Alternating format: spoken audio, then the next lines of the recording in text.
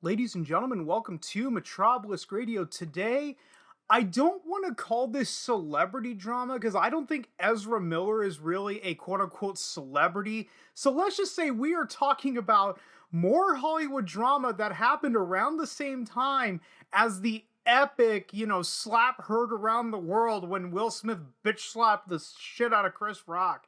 I'm not going to replay the clip for you here because you guys have probably already seen it about 10 times over at this point, and no sense in beating a dead horse. But guys, before we get into this, just remember that just remember that not all of my videos are going to be coming to the YouTube channel. Some are only going to be coming to my BitChute, Odyssey, and Rumble channels. So if you haven't started following me on at least one of those three alternative sites, the links to those are down in the description below. Anyway, guys, we are reading this article from Rolling Stone, and that is Ezra Miller arrest prompts emergency Warner Brothers meeting about Star's future. This being an exclusive. An insider says Miller had frequent meltdowns during production last year on The Flash and described the actor as quote unquote losing it. But in modern day, what is really quote unquote losing it? I mean, is it just that he said a swear? Let's be honest. I mean, there's a difference between a guy saying, fuck your mother, and a guy chucking a chair at your head like a Geraldo Rivera. Will Smith isn't the only Hollywood star facing career backlash in the wake of a public outburst. On March 30th, Warner Bros. And DC executives held an emergency impromptu meeting to discuss Ezra Miller's future with the studio following the Flash star's recent arrest for disorderly conduct and harassment. According to a knowledgeable source, the consensus in the room was to hit pause on any future projects involving Miller, including possible appearances in the DC cinematic universe. The studio has more than a year before it has to make any hard decisions about a potential sequel to The Flash. Warner Bros. Also has avoided making any key decisions on tentpoles ahead of Discovery taking control of Warner Media in a $43 billion mega merger. Warner Media chief Ann Sarnoff announced on Tuesday that she is exiting the company as AT&T spins off its entertainment division to Discovery. Last month, Warner Brothers moved the Andreas Muschietti helmed first installment, The Flash, a production fraught with drama, from November 4th, 2022 to June 23rd, 2023. One insider says Miller had frequent meltdowns during production last year on The Flash. While the insider stresses there was no yelling or violent outbursts, they describe Miller as quote-unquote losing it.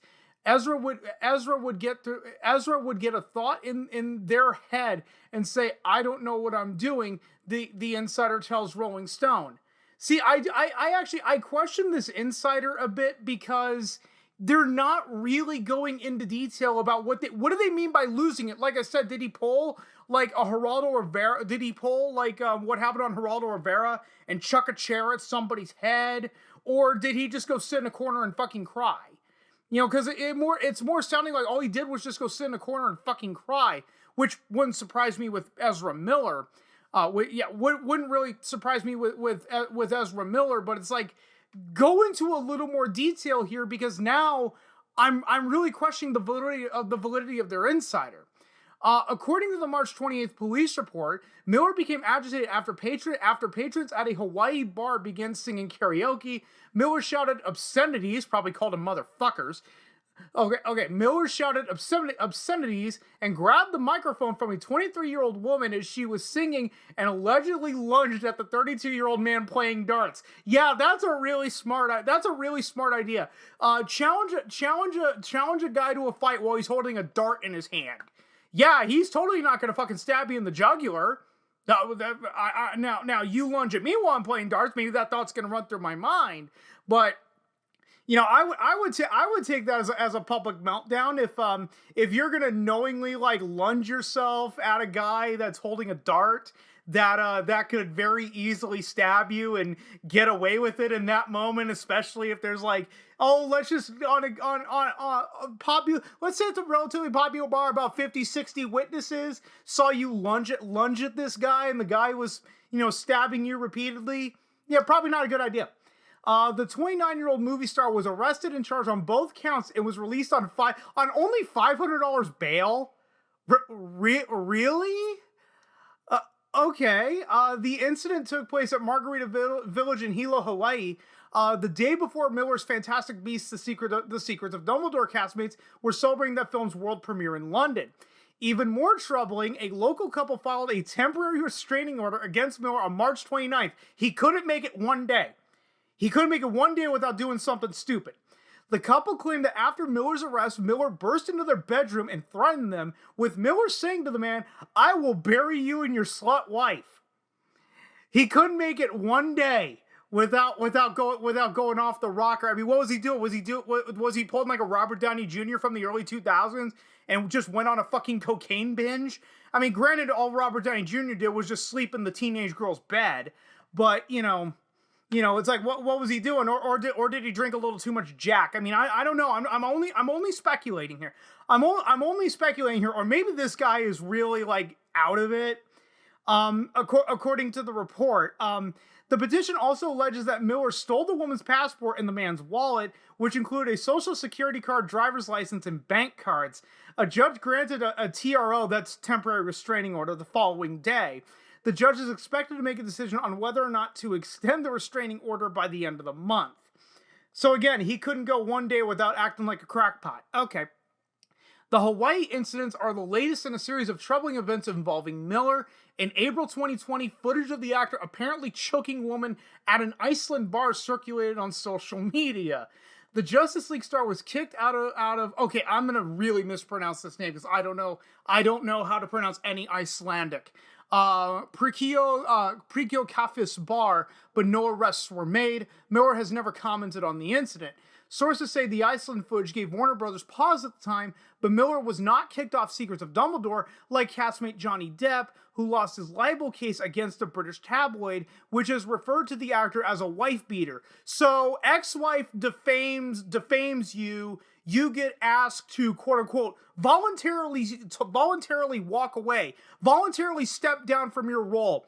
But you choke out a woman in an Icelandic bar, video goes viral. That's perfectly okay according to Warner Brothers. Huh.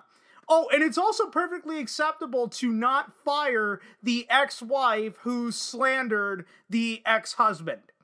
Yay, Warner Brothers. In January, Miller posted a since-deleted video on Instagram threatening a North Carolina chapter of the KKK. And you know what I always say, ladies and gentlemen? If it's on the internet, it's going to be there forever. And guess what? I have found that since-deleted video. And I'm going to go ahead and I'm going to play it for you right here. Instead of just talking about what happens in it, let me just show you. Just look at how much of a crackpot Ezra Miller truly is.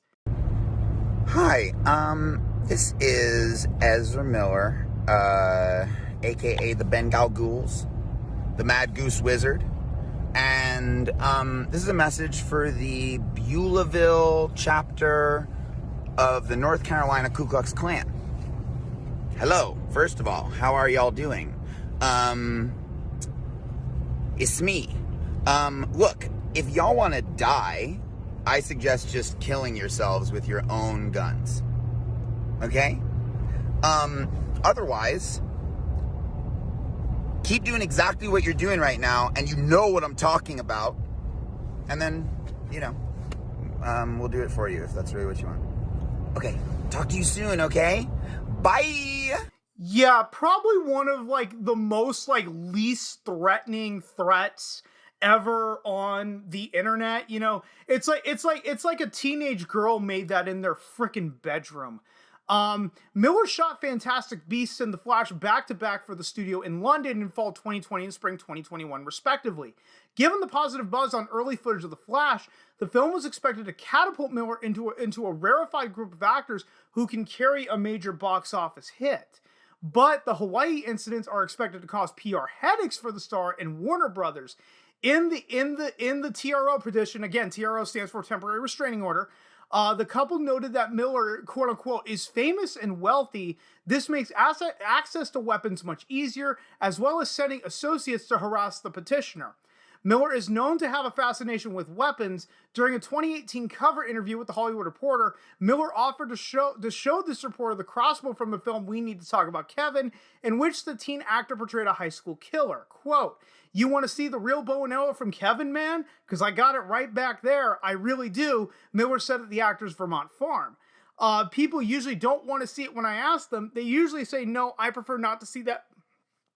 No, I prefer not to see that bow and arrow. And I say, okay, it's up to you. Now, normally I think that this is just some, like California liberal that thinks that every single weapon, whether it be a slingshot or a shotgun, is a goddamn nuclear weapon. But given the fact that Ezra Miller is kind of, a few fries short of a Happy Meal, I could see why someone doesn't want him to bring out the bow and arrow, because God forbid, if Ezra Miller were to bring out that bow and arrow with me, I would be standing directly behind him. Treat him like Alec Baldwin. Stand directly behind him, because it's far more dangerous to be standing in front of him. During the interview, Miller also defended gun rights. People need to protect themselves, the actor said. In fact, Miller, who identifies as non-binary and uses they/them pronouns, I don't give a shit about that, said they don't have a problem with people owning semi-automatic weapons. Nope. That passage initially appeared in a sidebar story on the actor, but was pulled at the behest of the actor's publicist following a mass shooting at a Pittsburgh synagogue. Oh yeah, I remember that. That was from a few years ago. Miller first burst onto the scene as a teenager in Antonio Campos' 2008 drama After School, which centered on an internet-addicted prep school student who captures the drug overdose of two girls on video. The actor quickly landed at the top of wish lists among major studios and was paid low seven figures each for both Fantastic Beasts and the Flash standalone. But Miller's behavior has become increasingly erratic in recent years, putting their career in expensive tentpoles that require lengthy publicity tours in jeopardy. A source says Miller was never expected to attend the Fantastic Beasts premiere because their publicity plans for the film were limited, given that they were saving contractual promotion commitments for The Flash. Fantastic Beasts hits theaters in the U.S. on April 15th. Rolling Stone reached out to Margarita Village, the bar in Iceland, which I'm not going to try to pronounce again, and the couple who were granted the restraining order but did not receive a response. Ezra Miller and Warner Brothers declined to comment. Well, I can see why they declined to comment, especially if the couple who got the restraining order are planning a civil suit. You don't want to nuke your own civil suit. Probably the businesses just want to move on from it, and Warner Brothers doesn't want to cost themselves a lawsuit from this, crackpot known as Ezra Miller. As for Smith, who is also a part of the DC Extended Universe, now they're talking about Will Smith as supervillain Deadshot. Warner Bros. And DC had been developing a Smith-led standalone for Deadshot, but had put it on the back burner long before his Oscars assault of Chris Rock. Smith, whose price tag was $20 million for Warner Brothers as King Richard, priced himself out well before his controversy. Despite Smith's apology to Rock, studios are reevaluating the actor's involvement in various projects around Hollywood. Now, what's the difference between... the Ezra Miller stuff has not been talked about. Will Smith kind of took that from him. But what's the difference between Ezra Miller and Will Smith? Will Smith is a legitimate movie star. Ezra Miller is not. That's why I said in the beginning, I don't want to call this celebrity drama, because Ezra Miller is not a celebrity. He's an actor who got lucky a couple of times. But if he wanted to be a celebrity, he's not going to be now, given all this stuff that had happened. Oh, and the other difference between Ezra Miller and Will Smith is Will Smith had his incident in front of cameras on live broadcast television in front of 14 million people. Ezra Miller has it in various police reports and social media videos. That's the difference between the two. So yeah, I think Ezra Miller as a leading man is pretty much fucking done at this point, because who the hell is gonna want to touch him? I mean, he could pull a Robert Downey Jr. and recover. You know, that happened after his, you know, cocaine bender when he slept on a teenage girl's bed. You know, with Iron Man, it was ironic because Terrence Howard, who played Rhodey, got paid more money than Robert Downey Jr. at the time because Robert Downey Jr. was seen as a legitimate risk, given the fact that, you know, Robert Downey Jr. at that time was only really famous for two things, and that was Kiss Kiss Bang Bang and his cocaine addiction. So, you know, could Ezra Miller recover? Never say never, but if he continues to act like a crackpot, then don't expect him to recover. And guys, that's pretty much all I got for you. If you stuck around this long, thanks so much for doing so. And if you've been following me long enough, you know I am terrible at ending these videos, so I'll just see you guys next time.